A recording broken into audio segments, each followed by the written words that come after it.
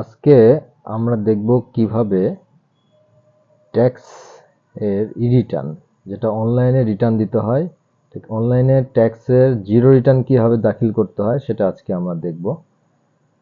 তো প্রথমে আমরা গুগলে যে এখানে লিখব ট্যাক্স রিটার্ন, অলরেডি লেখা আছে, আমরা এখানে ক্লিক করব।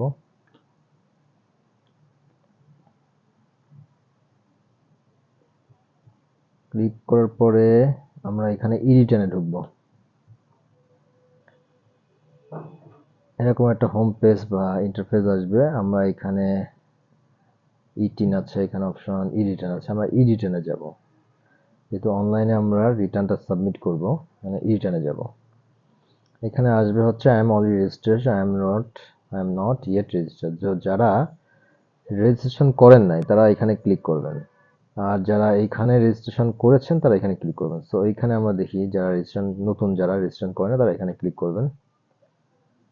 ক্লিক করার পরে এখানে আসবে হচ্ছে আপনার ফোন থেকে তো নাম্বারে ডায়াল করে নাম্বারটি বায়োমেট্রিক ভেরিফিকেশন কিনা জেনে নিন। এখানে ওকে করব।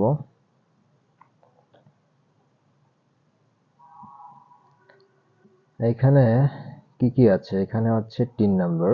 তো এখানে একটা টিন নাম্বার দিবেন, আপনাদের যে টিন আছে টিন নাম্বার দিবেন, মোবাইল নাম্বার দিবেন, এখানে যে ক্যাপচা আছে ক্যাপচা দিয়ে এখানে ভেরিফাই করলে আপনার সাইন আপ হয়ে যাবে। যেহেতু আমরা রেজিস্ট্রেশন আমাদের অলরেডি করা আছে, আমরা সরাসরি সাইনিং এ চলে যাব এখন।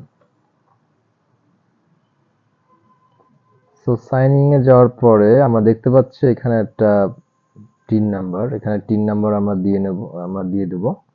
যারটা আপনি যদি নিজে করেন, নিজেরটা করেন, নিজের টিন নাম্বার দিবেন এবং এখানে আপনি সাইন আপ করার সময় যে পাসওয়ার্ডটা দিয়েছিলেন এখানে সে পাসওয়ার্ডটা দিবেন এবং নতুন ক্যাপচা আসছে, ক্যাপচা দিতে হবে। ক্যাপচা আমরা দিয়ে নিই।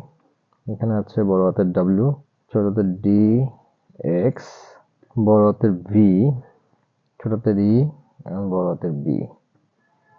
এরপর সাইনিং এ চলে যাব।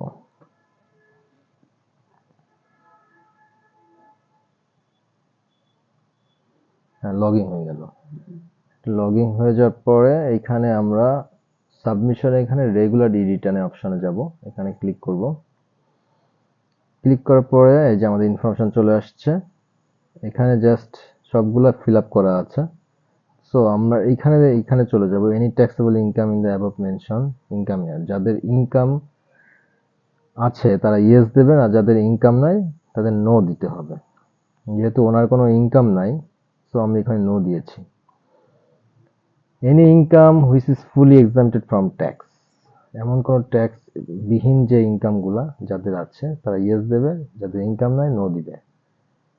রেসিডেন্ট স্ট্যাটাসে আপনাকে রেসিডেন্ট দিতে হবে।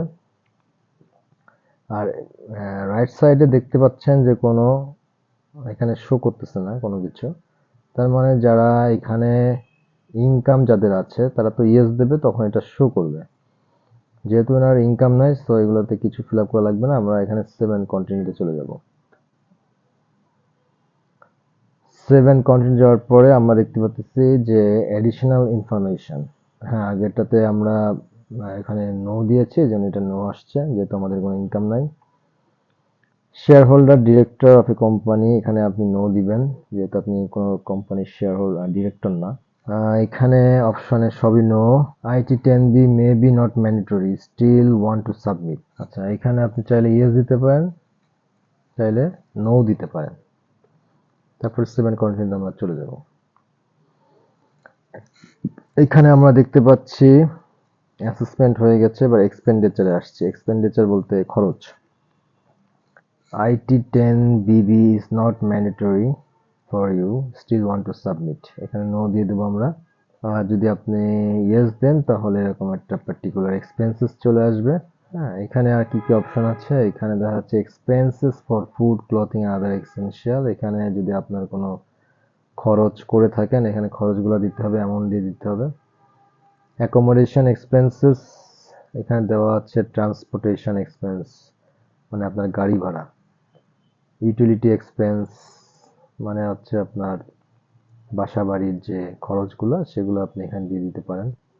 যেহেতু এখানে কোনো আমি দিচ্ছি না, আমি হাউস ওয়াইফ, সো এখানে আমার কোনো খরচ নাই। সো এখানে তার কোনো খরচ নাই, এই জন্য আমি এখানে সেভ এন্ড কন্টিনিউতে চলে যাব।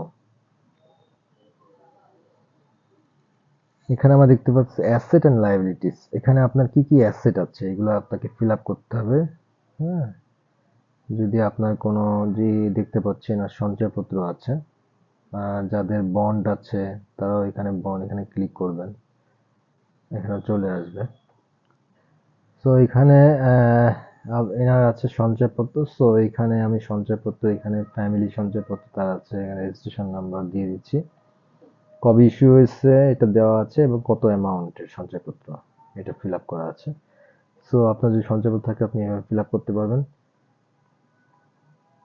যদি আপনার ডিপিএস থাকে, ফিক্সড ডিপোজিট থাকে, সবগুলা যে ফিক্সড ডিপোজিট এখানে ক্লিক করলে ফিক্সড ডিপোজিট অপশন আপনার চলে আসবে, ব্যাংকের নাম সবকিছু চলে আসবে, অ্যাকাউন্ট নাম্বার, ব্যালেন্স, অ্যামাউন্ট সবকিছু চলে আসবে। ডিপিএস থাকলে এরকম ডিপিএস আপনি অপশনে যাবেন।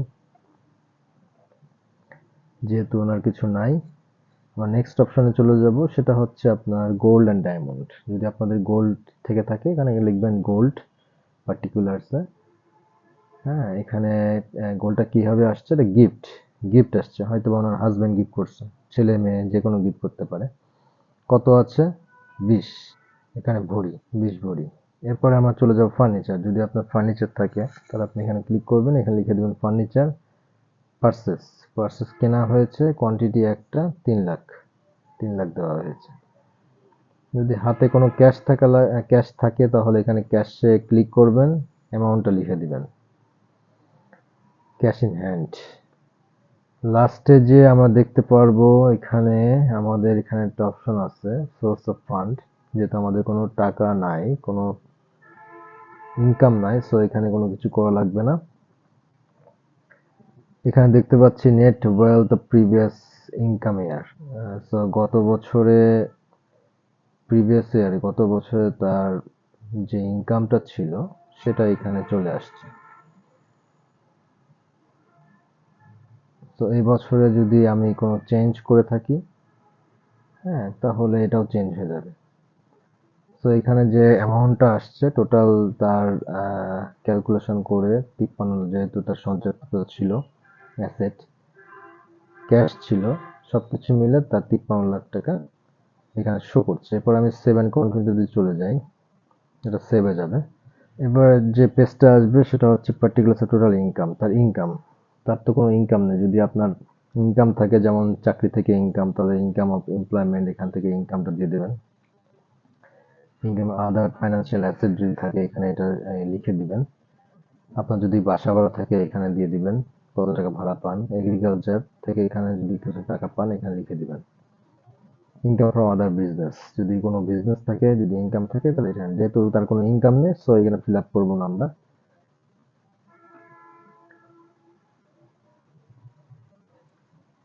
এখানে নেক্সট অপশনে এখানে আমি সেভে চলে যেতে পারি, এখানে আমি সেভ ক্লিক করলে এখানে সেভ হয়ে যাবে।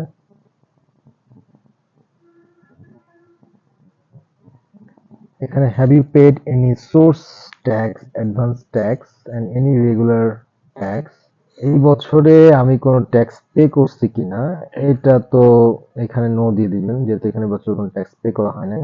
এরপর পেমেন্ট এখানে আমরা দেখতে পাচ্ছি এখানে কোনো পেমেন্ট নাই, টোটালি ব্ল্যাঙ্ক। এখানে আমি লাস্টে লেখা আছে প্রসিড টু অনলাইন রিটার্ন, এটা এখানে ক্লিক করলেই আপনার অনলাইন রিটার্ন সাবমিট হয়ে যাবে। সো এইভাবে আপনাকে অনলাইন রিটার্ন, মানে অনলাইনে আপনার রিটার্ন সাবমিট করতে হবে, ট্যাক্স রিটার্ন। সাবমিট করার পরে এখানে রিটার্ন ভিউ, মানে আপনি যে সাবমিটটা করছেন এটা আপনার টোটালটাই দেখাবে। এখানে লেফট সাইডে আমরা দেখতে পাচ্ছি এখানে ট্যাক্স রেকর্ড। এখানে যদি ট্যাক্স রেকর্ডে যাই দেখবেন যে টিন সার্টিফিকেট, আপনার যদি টিন সার্টিফিকেট থাকে এখানে টিন সার্টিফিকেট শো করবে। সার্টিফিকেট স্ট্যাটাসে ক্লিক করলে সার্টিফিকেট শো করবে। রিটার্ন যদি দাখিল করেন তার রিটার্ন শো করবে, চালান শো করবে এবং হিস্ট্রি, মানে যে আপনার যে কয়বার আপনি রিটার্ন দিয়েছেন সেগুলো একটা হিস্ট্রি আপনি দেখতে পারবেন। তো এই হচ্ছে ট্যাক্স রিটার্ন অনলাইনে ট্যাক্স রিটার্ন কিভাবে দিতে হয় এটা টোটালটাই আমি আপনাদেরকে বুঝিয়ে দিলাম। তো এরপরে যদি আপনাদের কোনো কোশ্চেন থাকে তাহলে আমাকে জানাতে পারবেন, ইনবক্স অথবা কমেন্ট বক্সে আপনারা জানিয়ে দেবেন, আমি ওইভাবে আপনাদেরকে জানিয়ে দেবো নতুন ভিডিওর মাধ্যমে।